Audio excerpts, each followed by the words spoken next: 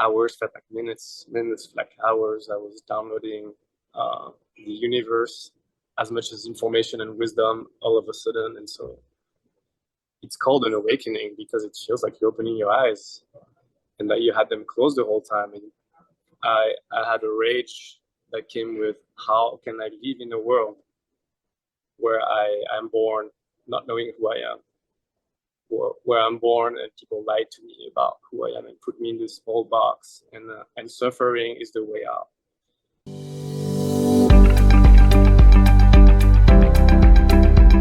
Hello, thank you for tuning in. My name is Nella, and welcome to my podcast, Ethereality.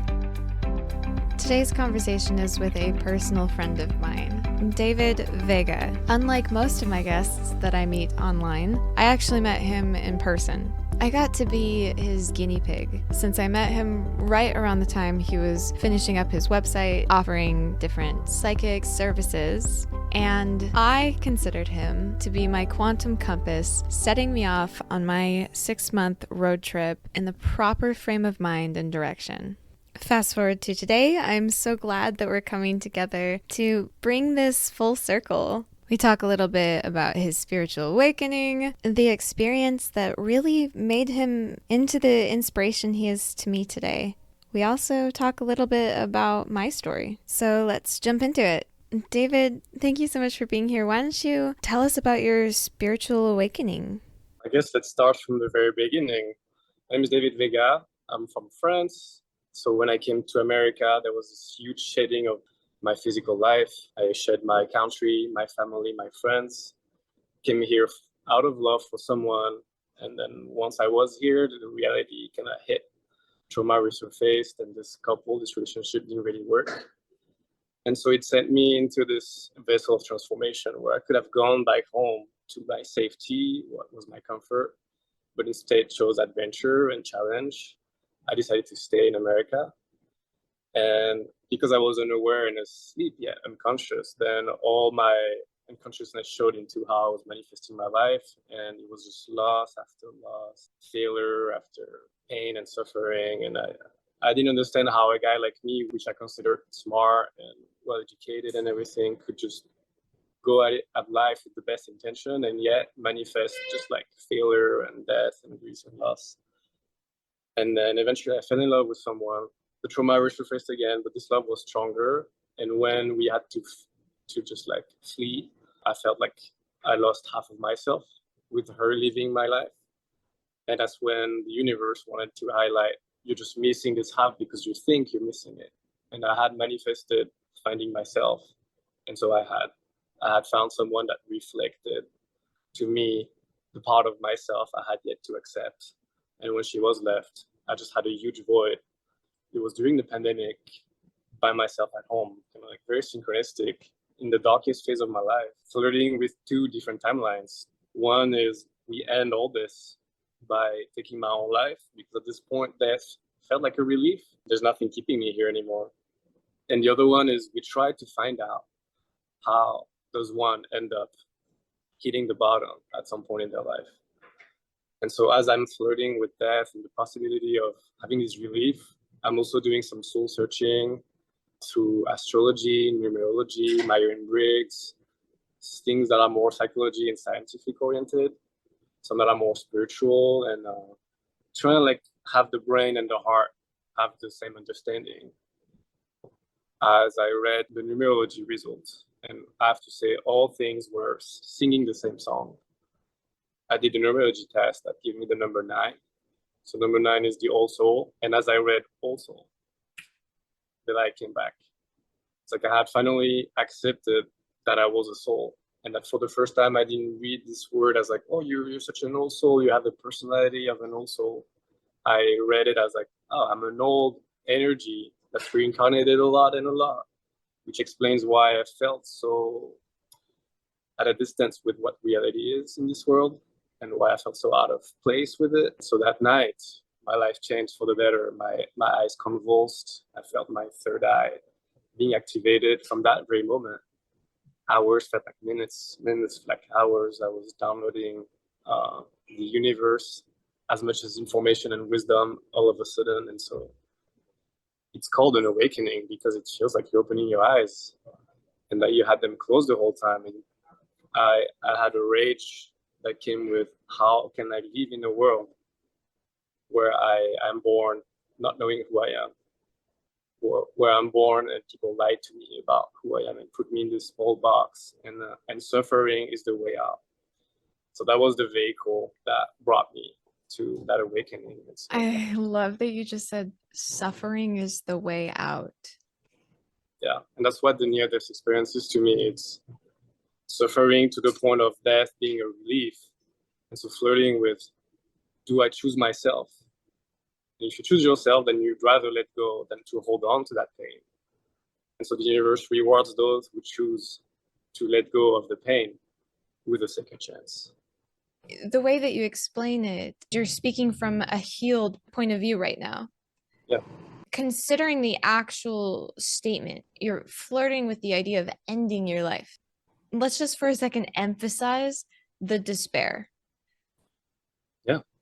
When you're at that point, when you're really contemplating, like, I'm done with this. So what did it feel like though when your eyes rolled back and you like convulsed and you like started experiencing this? Did you have any conscious sense of what was happening at the moment, or were you just kind of in this flow state along for the ride?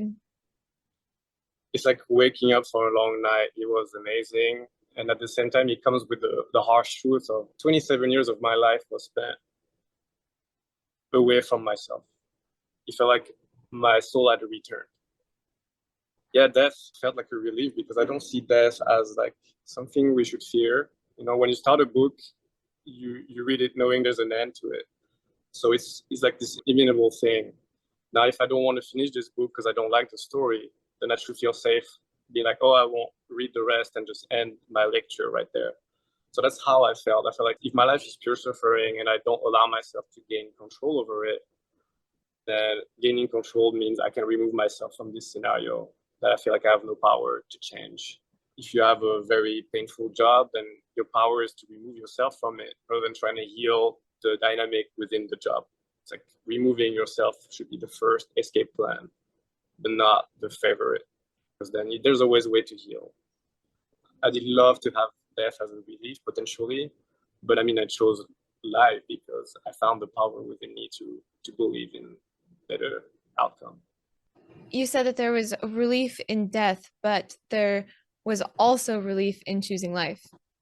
Yeah, because then it's I had at this point read enough about spirituality and the path of a soul, and I knew that my soul, souls incarnate for a reason, and that maybe running away from the pain and the trauma would just recycle my soul into a new incarnation where I would have to face the same challenges, because soul incarnates for learning, for growth. And so yes, I could have just like disconnected, but then the same trauma would resurface in a later incarnation. So it's kind of like taking accountability in healing my soul when I have the occasion to, and find the strength to. It felt very powerful to understand I had the power to choose better for myself and to stay to fight for it. My soul felt like epicness out of that choice and a tremendous amount of love. It was a beautiful night then to choose life and to go through this awakening. When I was a kid, so I was born in a family that doesn't follow any religion, kind of outside of that, against to heal from what religion has done. So I wasn't born with like spiritual conversations, we are more than bodies. But within myself, there was a sense of, I feel like I pick up on more things than people do. I feel like the black sheep or the alien a lot of the times. I felt like I was definitely out of place. But there was always this inner voice and chatter saying, oh, we're here for something. And I just could never find the scenario in which I would see myself step into this epic role. Yeah, just like this capitalist life where we go to work to make money, to spend it, felt like just like a cycle that recycles itself. My child's voice within was like more speaking something like epic with honor, like superhero path, where I'm like saving the world, and that's the scenarios I wanted to entertain. And so I enter life forgetting entirely about this. And so when this awakening happened, it's like my soul came back, and instead of just holding my hand from afar out of a thread, entered my body and was like, now let's begin. And thank you for sticking all the way to today. And he gave so much meaning of those 27 years spent in oblivion, because you need to choose that. It's a choice. And to choose it with the most difficult challenge in the way, the highest barriers, the most solid walls, because your faith should be able to break through anything in between. So it felt just a beautiful moment. And I cried a lot. Yeah, I bet. I would too. Do you feel like it took you a long time to sort of integrate that experience and understand it? Yes. It was in 2020, so we're over 3 years later. It took a long time because the awakening is just the inception of all that. It's your soul re-enters, but it can leave just as easily if you choose ego again. And there are so many layers and back and forth. It's like this spiral where we keep going, revisiting the same things, but with different people or in different places. And so we think we got it. You think you get the lesson, but then it shows back around to test you. Are you triggered this time? Or are you going to react out of ego again? Or are you going to choose soul? Are you going to, And so there was a lot of layers of egos, and it runs deep, that needed to shed. And that took like all the way to today. I'm still healing ego. If you're incarnated, I'm pretty sure there's an ego to brush off. But the more I work on it, the more aware, the more consciousness I gain. And so the easier it gets. And the more it creates a habit of looking back at yourself with a mirror and checking, oh, what was ego today? Or in what way do I react out of ego still? In what way does my masculine betrays my feminine inside of me? Knowing what's right out of consciousness is good, but do you commit to that voice entirely? Well, no. I'm still part of capitalism. I'm still part of this matrix. So it's the duality now, like how do I escape slowly but surely, and make like small steps to commit to that higher expression of myself and heal people along the way, myself included. Okay, so you talked about your inner child. As a child, you actually had that idea that you're going to save the world somehow. Yes, I had those ideas as a child. Even though you were like not awake, technically, before the awakening, you still had this sort of sense. It was like a red thread. I mean, at this point, I'm unaware, but it's like my soul whispering, this is what your soul is about. This is what you want to do. I don't want to go to work. I don't want to go to labor.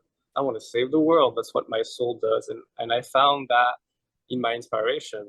Whereas it was in video games or movies, what roles do I take as model? And it's always the one that sacrifices themselves, the one that chose to the bigger picture and to put its life on the line for the greater good. Those were my movies, my video games, my books, and I found myself in those. And it's as if I had done it to them. And it was in history class, listening about the World War II revolution, this French, and I'm French, so it hits close to home. This French revolutionary that was one of the leader of the rebellion, who died under torture, not spilling the secrets, protecting the rebellion.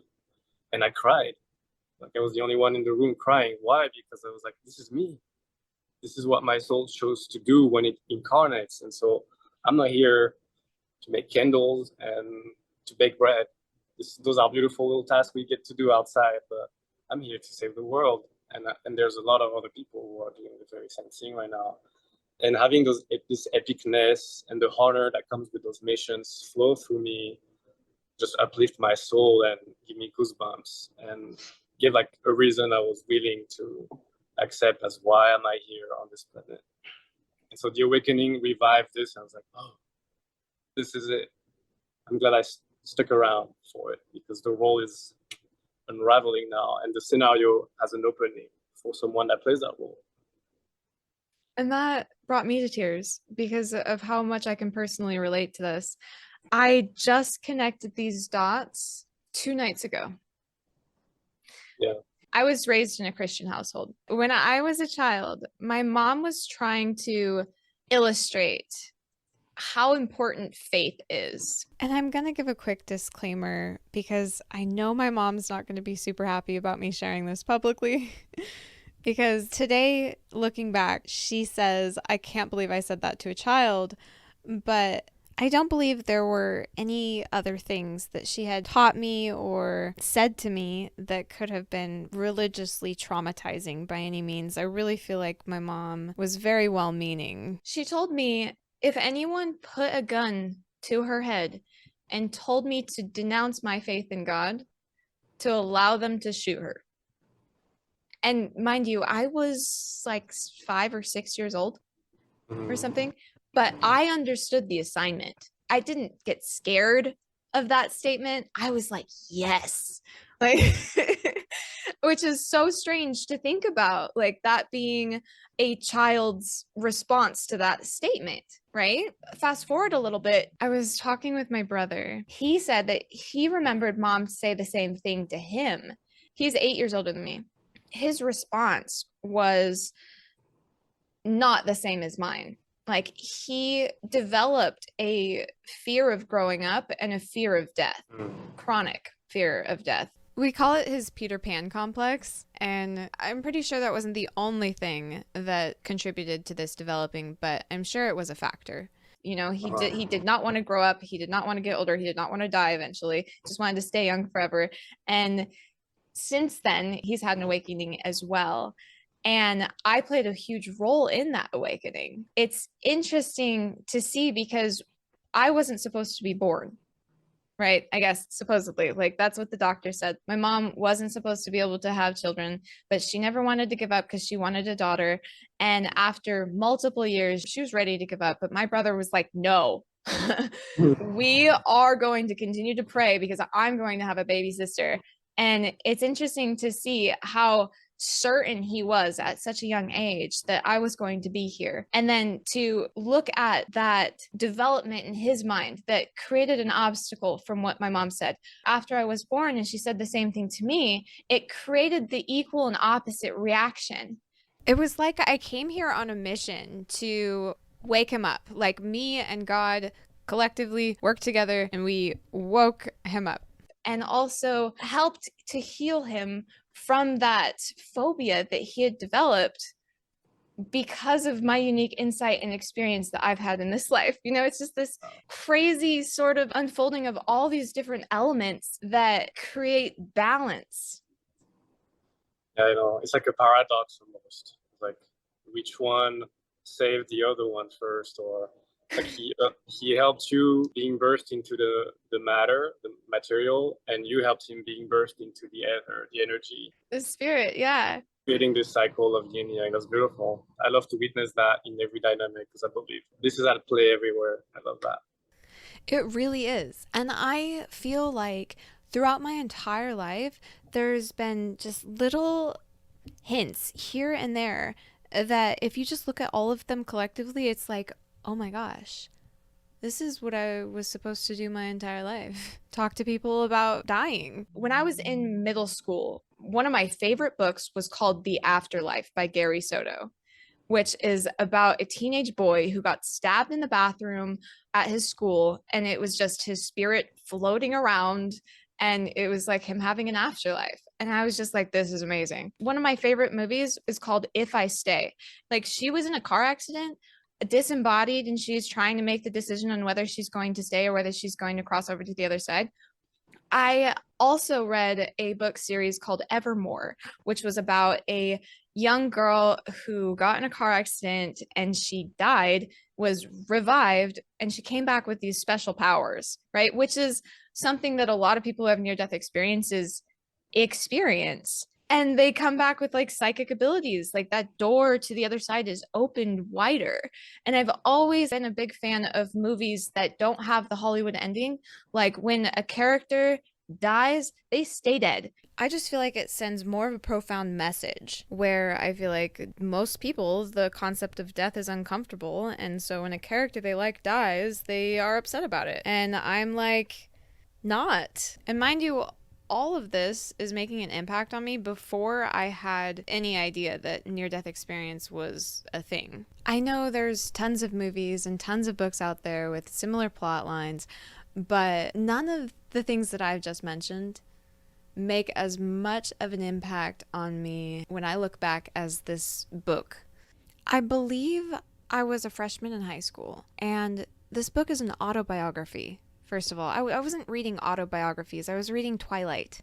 But this book jumped out at me, and I had this strange connection with it, I guess you could say. It's called The Rooms of Heaven, a story of love, death, grief, and the afterlife by Mary Allen. The main character, Mary Allen, she fell in love with a man who ended up taking his own life. And it was her process, falling in love, grieving, being so desperate to connect with him that she felt like she had.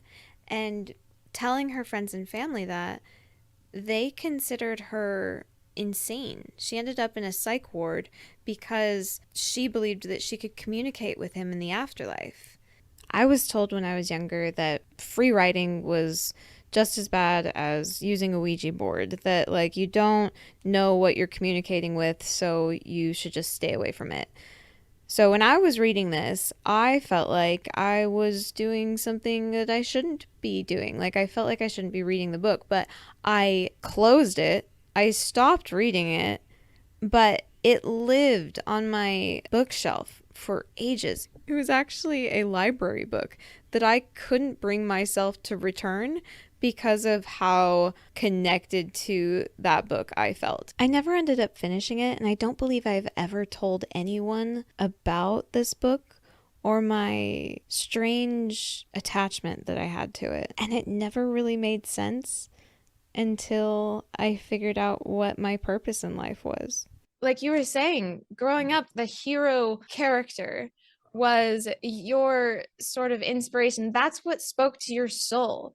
And then death spoke to mine, you know? And it's just these little things that just peppered throughout my entire upbringing that just make me feel like this has been my purpose since before I got here. And it's crazy to think that I, on some level, always knew that without having any actual idea that I knew that. The beauty of fate is like the book is already written. You just happen to incarnate to read it to yourself. Right. And just find the last pages confirming the very first ones that were like, had some hints of how the book would end. And I found that just beautiful. Because it feels like the book is a circle rather than being a line. It's like the ending and the beginning are the very same thing. When I was a teenager, I hated existing. Like I did not want to be on this earth plane anymore. I wanted to end my own life as well. Like I can relate. I know what that feels like. But I had this almost scary sense of purpose and this underlying understanding that I was here for something great. And it kind of intimidated me. But because I had this sort of nihilistic perspective on experience that I had had up to that point, that I felt like my purpose had something to do with my faith, because mom reinforced to me that faith is the most important thing in life.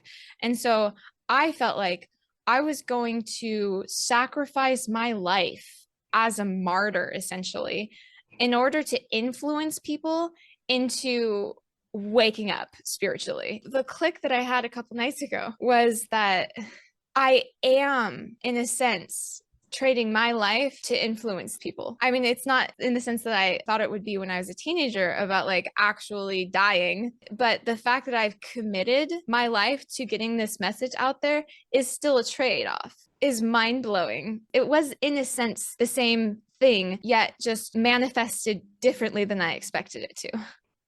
Wow, it was beautiful. I never linked the two because I'm the same. I imagine, like, I mentioned this like resistance, French resistance that sacrificed himself.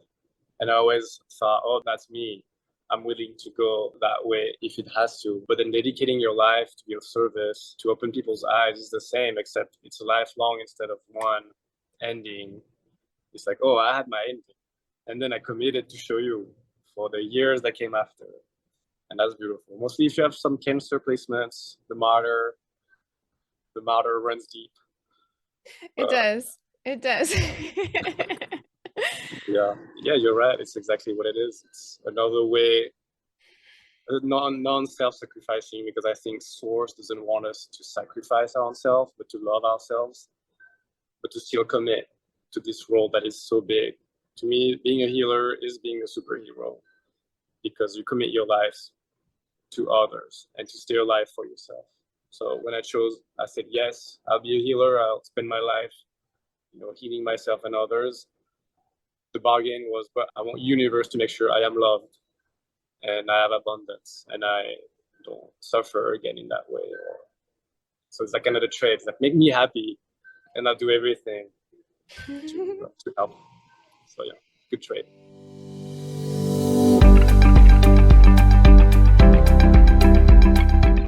If you're getting any value out of this podcast, please hit that like button and subscribe. Also, if you've enjoyed my content before, or maybe you're new here but you like it, drop a comment and let me know you're here. I would love to get to know my audience. Thank you for listening, and let's get back to the content. It is a good trade, and it's interesting because it doesn't feel like a sacrifice. No. Like if you're going to a 9-to-5 job for a corporation that didn't give you any sense of fulfillment, that is a sacrifice. That you are sacrificing your time and energy to pour into something that doesn't satisfy. We have this gift, we have this unique placement in life. Being in service to others does not feel sacrificial. It feels like it's creating connection and buoyancy and energetically filling you up as you fill others. And it's just amazing to be able to observe that aspect. That's like all there is to do and all you want to do, I feel like, because since I was a kid, I was waiting for this moment. You watch a superhero movie and there's the life they have before the moment they become a superhero, the cataclysmic event, and after they pass as a hero and a savior. And that's what it is. You let go of the life you had before, and that is a sacrifice. Whatever life I was living before that was going to take me some places, I let go of this so I could become what my soul wanted the most. So it's an illusion. The sacrifice is kind of an illusion, because you're given exactly what you want. It's purpose. Yeah, that's kind of what I was getting at too, is that it doesn't feel like a sacrifice. It feels like a gift. What other downloads did you experience? Like what other insight can you share with us? During my awakening? Yeah. I felt like I was receiving a ton of knowledge. When they say we only use 10% of our brain at all time, it's like my brain was running at 100%. Again, like I would look at the clock and felt like, oh, I've been thinking for a good hour and 10 minutes had passed. My brain was receiving so much at light speed. The time didn't exist. I was entirely out of my body and out of my mind, downloading all this knowledge and wisdom. And it was like an update. It's like, oh, you've been disconnected for 27 years. Here's what you could have found had you been on the path for all this time. You mentioned you walking this path since the youngest age. Imagine having to catch up in one night. And that's pretty much what I went through. It's very brutal. Those types of awakening are very brutal because it's like day and night. And we call it awakening because it's like sleep and awake. And yeah, it just felt like an overwhelming amount of knowledge that I wouldn't find anybody to share with at the moment, because my life was still reflecting my ego. So I just kind of had to keep the secret of all that just happened to me. But it was beautiful, and such event, it gives you the most solid and strong faith, because how else can you explain all this? Did you have an out-of-body experience during this? I was in my body. I feel like everybody kind of relates to how it feels. So I was in my body, but I was detached from it. Again, like I didn't relate as David. At this moment, I relate as my soul. And so the couple years that came after was hard for me to be a human. I had a hard time with like the conversations, the small things, the mundane, because I was in my body, if you want. I wasn't seeing myself from above, like it's often described, but it felt like I was still floating around and not downloaded in my body. It's like I was trying to manifest my life from this point of view rather than from this one. And so it put me in this like hermit mode where I was a lot by myself, because being a human at play in this scenario was difficult. There wasn't yet a carved role for me to be like, oh, I'm going to be this guy in this collective, doing this thing there at this time. It was just, I had to create and carve that for myself. So I was in my body, but definitely didn't feel like a human. I didn't feel like I was feet on the ground. I wasn't grounded. I was floating somewhere. And it's been years of building a mold that would allow my soul to fit in and be free in, versus feeling like I have to fit in a small box. I remember when we did our, what did I call it? I called you my quantum compass. Yes. Yeah, I ran around the country being like, David, my quantum compass, telling people about it. One of the insights that you talked me through, you've actually touched on earlier, you were talking about the spiral and how we like revisit certain things in our experience, yet we are visiting it from a new perspective, a different lens, so to speak. And it gives you an opportunity to respond to that similar outer stimuli, I guess, in a way that would reflect a more higher self, a more developed person, right, on that journey. But it's interesting to observe that that spiral can be, spiraling upwards, or it can also be spiraling downwards, depending on your trajectory, depending on your intention. You can't live intentionally, accidentally. No. But that also makes me wonder about timelines. You mentioned timelines too. I've heard a lot of people talk about jumping timelines, essentially, like you're stepping into a higher timeline. What does that mean? Do you have any concept of what that means? That's what I help people do, actually. So a timeline to me, it's another expression. There could be a whole library of books, and all of them are your story and how it could go. And some books are on the higher shelf, some are on the lower shelf. And we decide, what do I want to choose? What is my frequency? And so before my awakening, my timeline was very low vibration. It was manifested out of unconsciousness, out of ego, fear, suffering.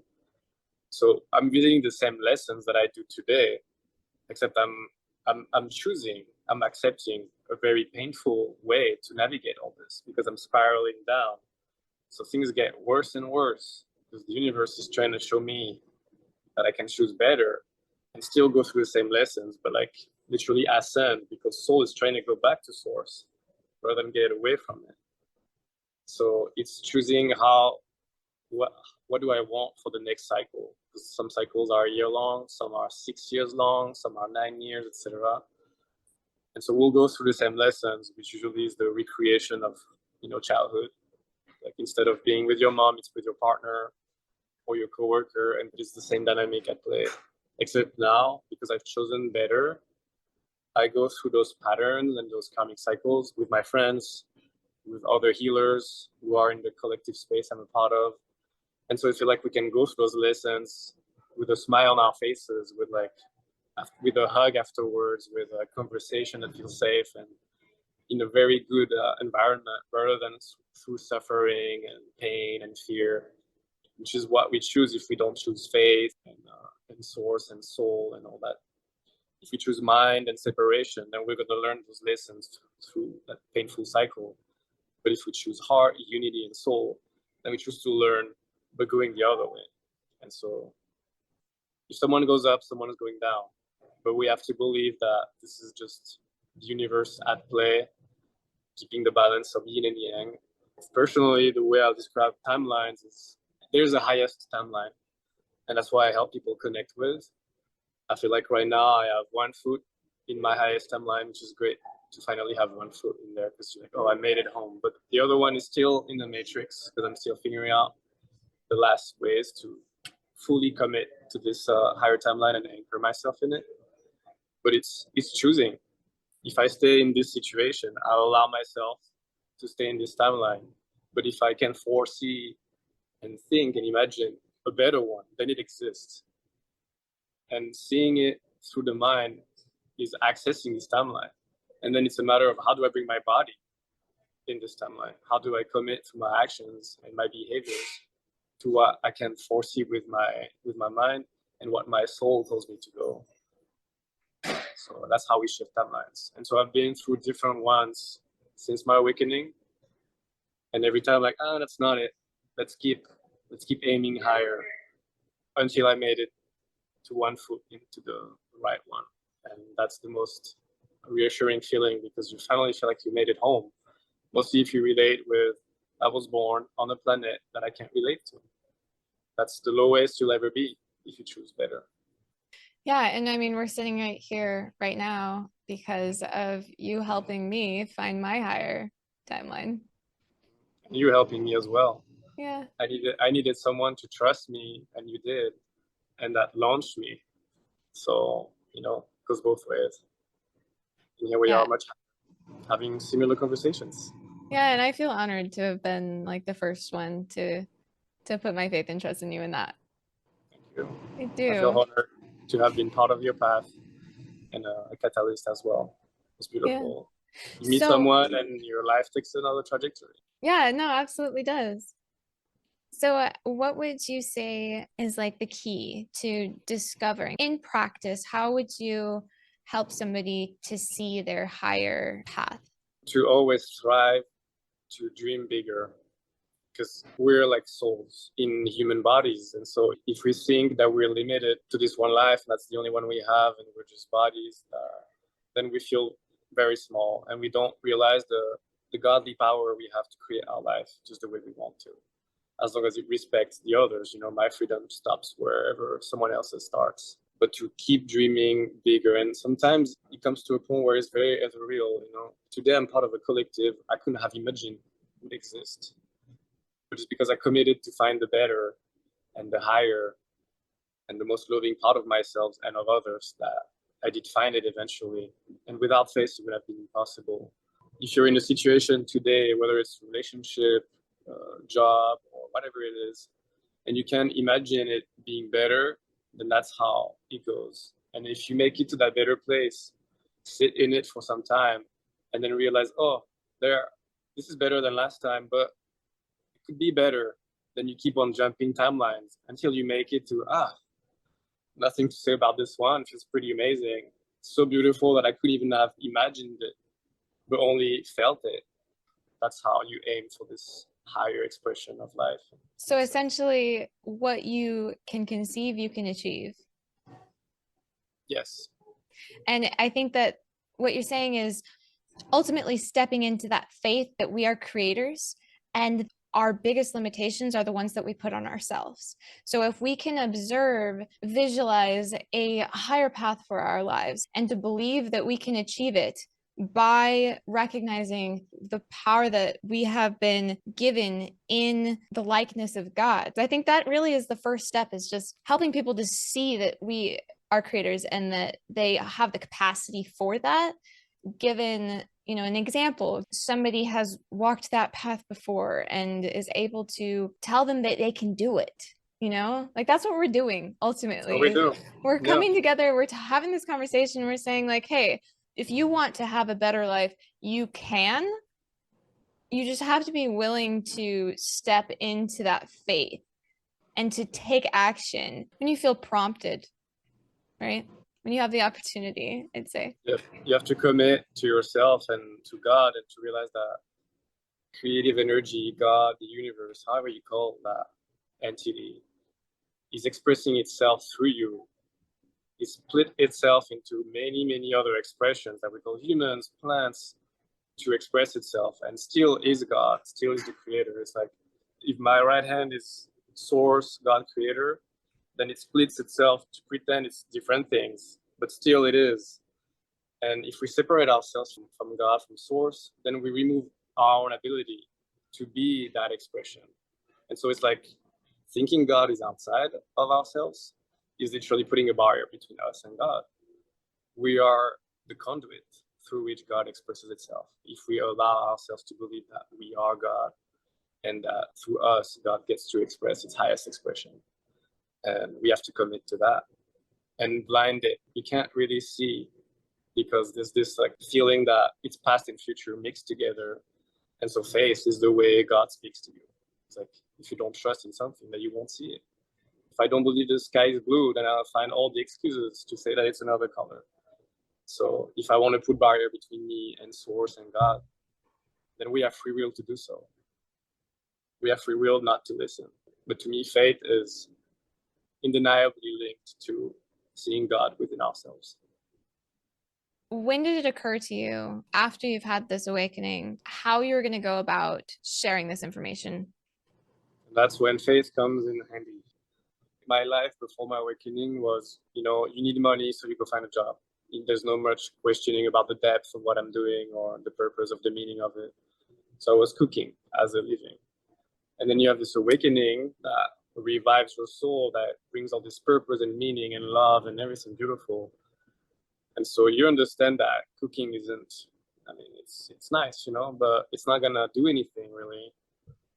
And so there's this calling of like, how do I do more? But then you feel so small because a second ago you were just some guy cooking. You didn't mean much more than that. And all of a sudden God is like, here's the role I want you to play. I'm speaking into you as a conduit. I want me, God, you to express through your incarnation as David, not cooking, but this higher mission. And it's very like blurry because there's no words spoken to you. There's no clear vision necessarily. Some people have the chance to receive clairvoyance, words or vision. For me, it was very blurry. All those years spent looking for that and finally having a hand from God himself, not himself, from God itself reaching for me and saying, I want you to play this role. It's uplifting. It's epic. It gives you goosebumps. It's like, I was high on life at this moment and it gives you enough power to step into it. And so it looked like it took a while after that, articulating the words and how that would look like, and a lot of trial and error.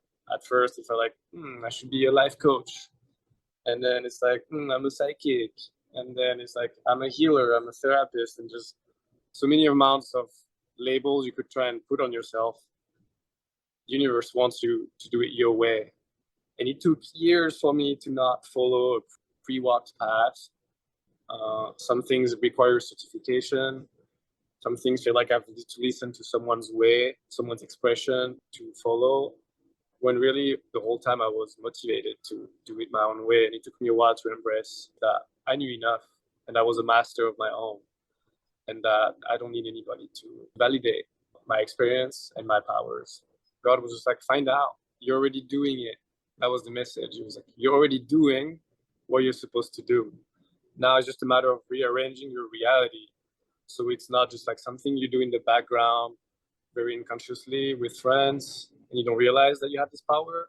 But more like, let's find out what I already do that helps so much, that I love doing because I love it, not because it brings me money, and how to turn that into a full-time purpose, like the title of my movie. And to dream big, because if you have doubts, if you still run the programming of suffering and fear and shame, guilt, imposter syndrome and all that, you're not doing any of it. You're like, oh, I was chosen, but I didn't answer the call. And so eventually, God is going to find someone else to fulfill that mission, because that's going to happen no matter what. It's inevitable.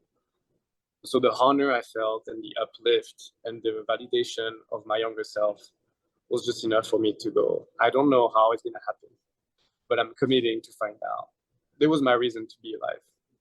So if I don't follow the path, then we go back to choice number one, where I'd rather go. But it's just having enough faith to guide yourself blinded. And, you can't, it's like the three monkeys. Like I can see, I can hear, and go at life this way. And eventually it happened. It's just like gradual, commitments and efforts. until it becomes living reality, like a lucid dream. Yeah, and it's amazing to see you step into this chapter where Beautiful. you're at right now, and the group of people, the souls that you've connected with and partnered with to be on this journey together. That's amazing. So where would you say your near future ambition lies? So right now, where I'm at, it took me like half a year to identify where I was, because you get better at identifying your position in your healing journey. So I became a master of the feminine energy. Like I fully embraced the power that comes with the feminine side and what that entails, and fully embraced and fully in my power in that way. And now it's to balance my masculine with that. It's like, okay, we have more consciousness, more intuition, but how do I commit my actions, which represent my masculine, to that? And so my feminine side pretty much said it all to myself. It's like, we know what we can do better. And I was like, how do I commit all myself to that? So I'm in this commitment of masculine energy, my inner masculine energy, to my inner feminine. So it's putting myself out there more, being more, let's go getter, rather than just attracting. It's going for it, being more active than passive. So I'm called to speak up more because my voice is my power, truly, more than any other one. It's my chosen medium. I'm most powerful when I speak. Good exercise today. And so I'm called, more than writing a book or doing other things, I'm called to become a motivational speaker with a very big spiritual emphasis. Like if you know Tony Robbins, that kind of work. I do, Feeding yeah. a room of people and heal as many people as possible with just a voice, and ignite inner fires, planting seeds in subconscious, and have miracles happening live, because that's what I'm passionate about. In sessions, people would come in and they're kind of like fearful of what's going on. They're feeling uncomfortable because they know I'm about to attack their ego until the ego breaks and melts and takes the back seat. So it can be like a rough round of like me going at their ego until this one just gives up control. And I want to do this live with a full room of people because we all go through the same thing. And if someone raises their hand and shares their issue, and so I kind of go at it from this point of view, then multiple people get to benefit from the inside relating to what this person is going through. And so it's like ripple effect healing. When we heal in community, that's how it goes. Right now I do one-on-one work a lot, but I'm called to bring it to the public, and I need to step into my masculine because that's going to put me into the light. There's no more doing this in secret places, one-on-one. That safety is like putting myself out there, having cameras, lights on me, and embracing my light and embracing the attention, and how beautiful my power can become if I balance both feminine and masculine within me. So next step, motivational speaking. I can't wait. Honestly, I adore you because I feel like our journeys have so much symmetry. You do? I have a similar experience. How I have this gift, I guess you could call it, and I've labeled it claircognizance. It's just kind of a knowing, and I can talk to people very little and have this kind of overall picture of what's really going on underneath the surface level experience that they're having. And I thought that I could only do it with one person. I thought it was because our connection was so strong that I just had this innate ability with this one individual to be able to see that and to communicate with that person what's going on and to be able to have a positive impact. And this person very much valued my ability to do that because it's a sobering experience, you know, when somebody helps you to see a part of yourself that maybe you've exiled or your ego is trying to hide from you. And I went on this journey after you and I met the first time. And I discovered that I actually had the ability to do that with people I barely knew, which blew my mind. But it's interesting to hear you say that you were doing it with just your friends and your family, and you had that awakening, and it brought you to the realization that it's part of your purpose to do that with other people and to not hide in this zone of safety, like security of one-on-one, and that you know that it's a step in your journey to take that to the public and to influence multiple people, make a larger impact than you could just one-on-one.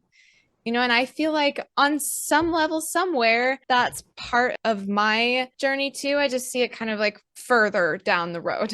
I have a couple of people that I follow on social media that I can visualize, I can picture myself in their shoes. And it's like, that's the next step of my journey. And then there's another person even further along on that journey. That's another step down the road. And I like that you brought up Tony Robbins. For you, it's Tony Robbins. For me, it's Deja Blue, Blue of Earth. I don't know if you know who that is, but she's a great podcaster. I totally admire her. I don't know. To me, it's like allowing ourselves to dream bigger. It's like, oh, my previous manifestation came to fruition, but it's not nearly it, because there's this guy out there that I can look at and who's doing the same thing, but like at a higher level. And so why should I stop there? If he's doing it, we're on the same path. And it's beautiful that we're able to have models that we can look up to inspire ourselves and be like, oh, of course, long term, I should be doing this. And it's very uncomfortable at first to imagine yourself doing this big thing, but there's a build up. Just like we're being trained, and slowly but surely it'll go at our own rhythm. So it's a dance, but we have to step into our higher self for those roles, because my higher self is not scared of the light, it's not scared of attention, of going public. Current self might be resisting that, but now that I finally embraced that higher vision, I'm going to commit to take steps to do what Tony Robbins is doing, to take him as an example. And so I started healing circles, where I guide a circle. I am the host and facilitator. And so right now it's 6, 7, 10 people. We're not at 2,000 people in a room, but that's how it starts. I want to believe that's how Tony Robbins started. What matters is to be like, I want to be doing what this guy do in the future. And that's what I want. It's scary, but it's normal. I've never done it. But it's scary because I want it, but I don't feel fit for it right now. But to commit, you will be. Exactly. Small steps is what I'm committing to. And so creating events or moments where I'm developing those skills of speaking to people is what I'm committing to right now. What feels comfortable, and just enough uncomfortable so I don't stay in previous shapes. So yeah, it's exciting. Years ago, I was like, I'm just a cook. I'm aiming to be a healer. And now I'm like, I'm just a healer. You want me to be a public speaker? And so it's, and so on and so forth. I can't wait for the next timelines and higher targets I can go for. Yeah. I was a bookkeeper, and now I consider myself a connector. And now I'm a podcaster, I guess, too. Yeah. If you keep dreaming and you're alive, then there's more to dream, and it's just beautiful. Yeah. So before we close out, if you had one thing, like a mission statement or something that you really would like to communicate to the masses, and you were handed a microphone, what would you say?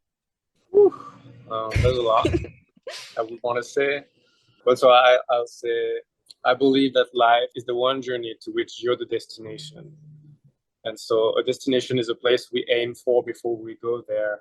It's not because you've arrived somewhere you envision that you have arrived, because if you're still alive, then remember that your life is the destination and you are at the end waiting for yourself. So encouraging people to dream bigger and higher every time their manifestation comes to fruition, and to believe that there's a higher and a more beautiful expression of self across from where we're at, where we could be, and to envision the distance that we have to walk as just fun and play, and to remember that we should appreciate life and have fun living our life and our purpose. Life is the journey to which you are the destination. So go for it. I love that. Thank you so much. It was lovely talking. Thank you so much for listening to my podcast. If you loved this episode, please consider leaving a review. If you're listening on YouTube, don't forget to hit that like button and subscribe so we don't lose each other. And just share the link with somebody who can appreciate this message. Blessings to you all, and I hope to catch you on my next episode.